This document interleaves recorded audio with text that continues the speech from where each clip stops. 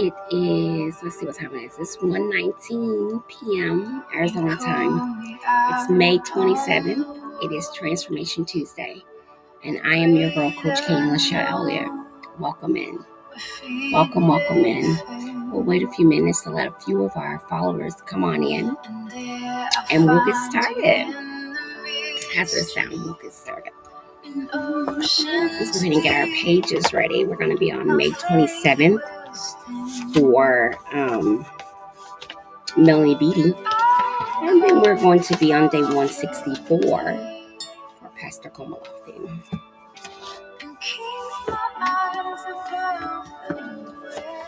Welcome in.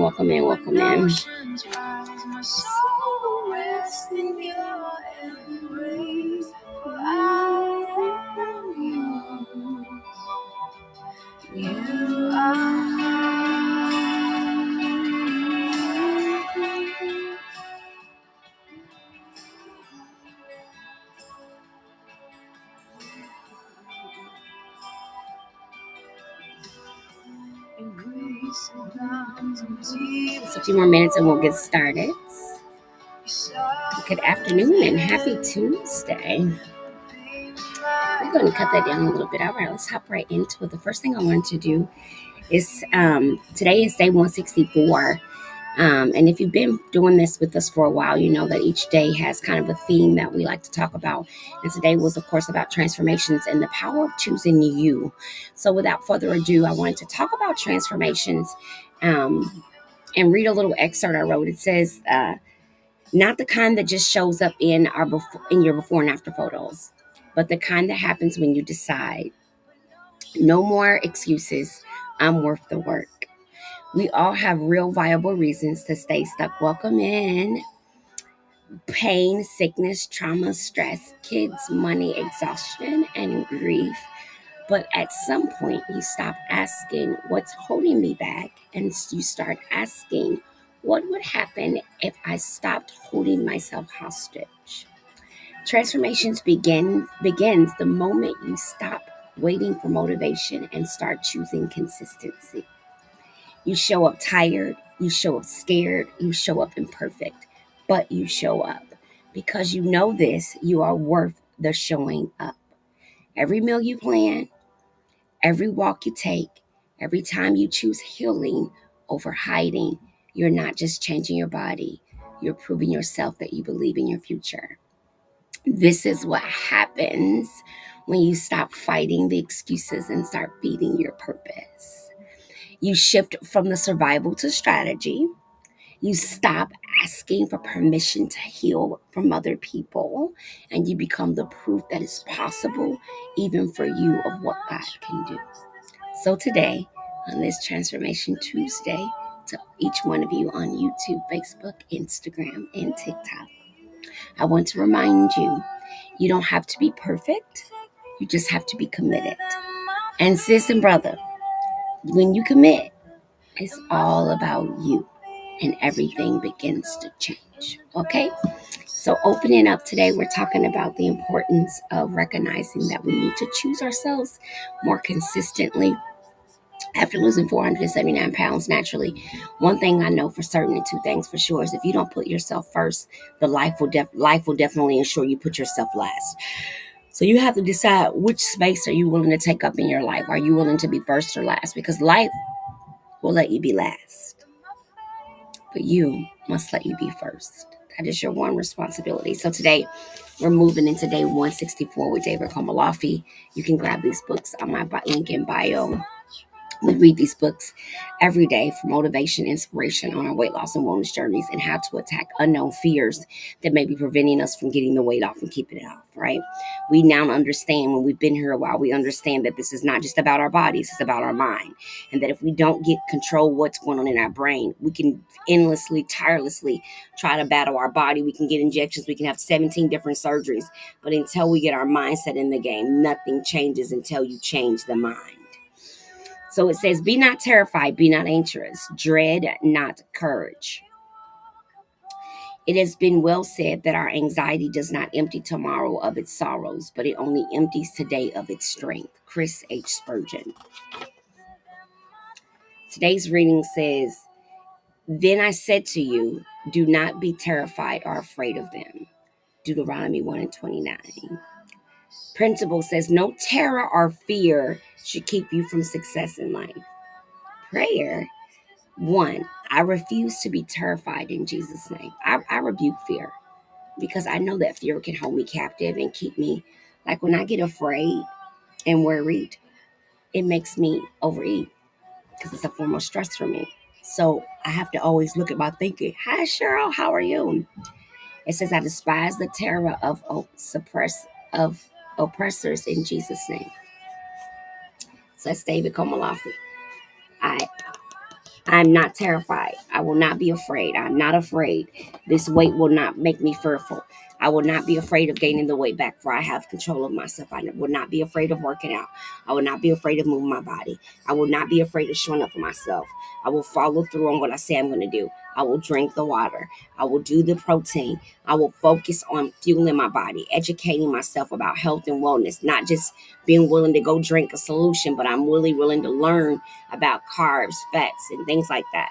Some of us know how to make an apple cider vinegar drink, but we can't even tell you how much protein and fat you're supposed to have in a regular everyday diet. So it's all about not being afraid anymore, having a willingness to say, you know what, I may not have known how to do it before now, but I'm going to learn. I'm going to learn and I'm going to apply this thing, and this thing is going to work for me because I'm no longer just doing something to get to a number. I'm doing this thing because I want to know what it means to be healthy. I want to know the definitions. I want to be able to explain to people. I don't just want to talk to them about what they can go drink or go get a shot or go get a surgery. I want to be able to say, you know what? Have you considered this? Have you checked yourself for malabsorption? I want to be able to inform myself about my own body so then that when people ask me questions, I can inform them and say, hey, it is okay for you to be empowered and ask more questions than you're asking when you go see your doctors. Okay. May 27th. Glasses.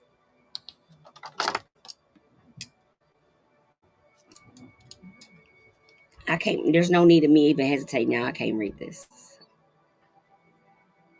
Here we go.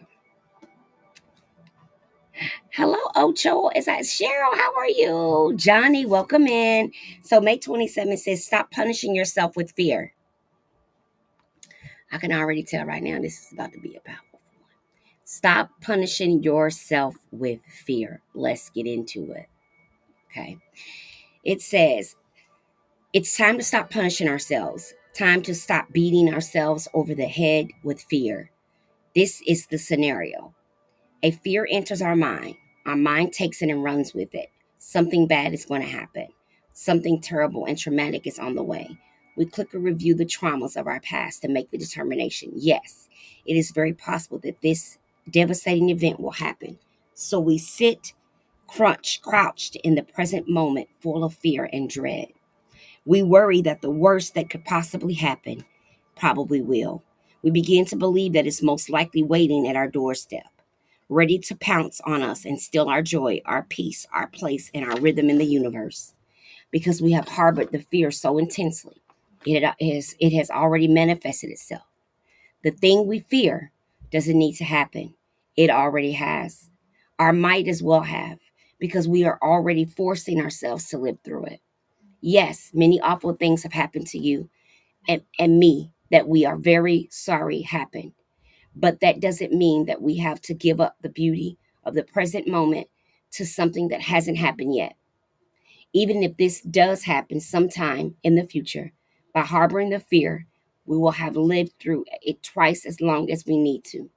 Recognize and acknowledge your fear, then release it. Let go of the energy. Stop punishing yourself. While life seasons may not always be fair, they are trustworthy. And within each day, each moment of each season, they are the way of peace and joy.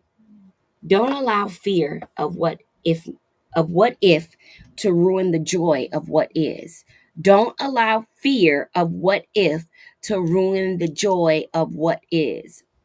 Don't allow fear of what if to ruin the joy of what is.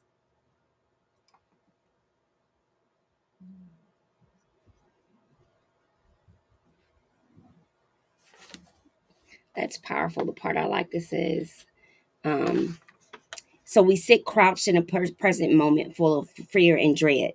We worry that the worst that could possibly happen probably will. We begin to believe that it is most likely waiting at our doorstep, ready to pounce on us and steal our joy, our peace, our place in the rhythm in the universe.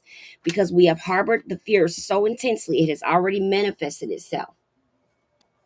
The thing we fear doesn't need to happen, it already has, or might as well have, because we are already forcing ourselves to live through it. Wow. Basically, the type of fear that I used to experience, where I could create a fearful situation in my mind. It did not have to happen. By the time I got done torturing myself and raising my anxiety through the roof, it might as well have happened because of the anxiousness and the frustration and the sadness that I would conjure up. By the time I got done doing all of that I was doing, guess what? I was so worked up and so anxious, I might as well have had whatever issue it was I was worried about because of the amount of effort and work I actually put in to being. I'm a little warm.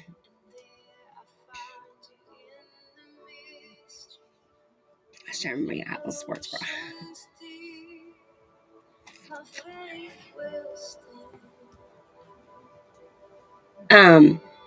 I would come up with stories in my head that never happened. But I would conjure them up so big that the fear from the story I told myself was frightful enough to where the incident might as well have happened. Does that make sense? I told myself the story enough and I dramatized it enough in my own head that it became my truth, even though it didn't happen. So if you're someone who's living in fear and you're living my nephew joined my life. Hi, nephew. If you're someone who's living in fear, you're afraid of something, you're scared, and you're afraid to make a choice, I urge you to let the fear be released. If it's not in front of you and it's not happening right now, and you can tell yourself, God, give me the strength to walk through this moment right here. And every moment, say that to yourself until you get to the end of the day. Because sometimes our minds can make a situation bigger than it is. And if we can calm ourselves down and stay in the present, then it helps us push through to the other side of that fear. And we end up coming out victorious. We become victorious by pushing through to the other side of fear. Looking that fear in your face and being able to say, I'm not afraid of you. Anything is possible with the God that I serve, and I'm refusing to give any victory to the word fear or feelings of fear. Grab a hold of whatever it is you're afraid of. Look it in the eye and say, today I choose to rise. Have a beautiful, beautiful day, and thank you for joining me for our very quick Transformation Tuesday daily reading with Coach Kenya, and happy belated Memorial Day. God bless you all. Good night.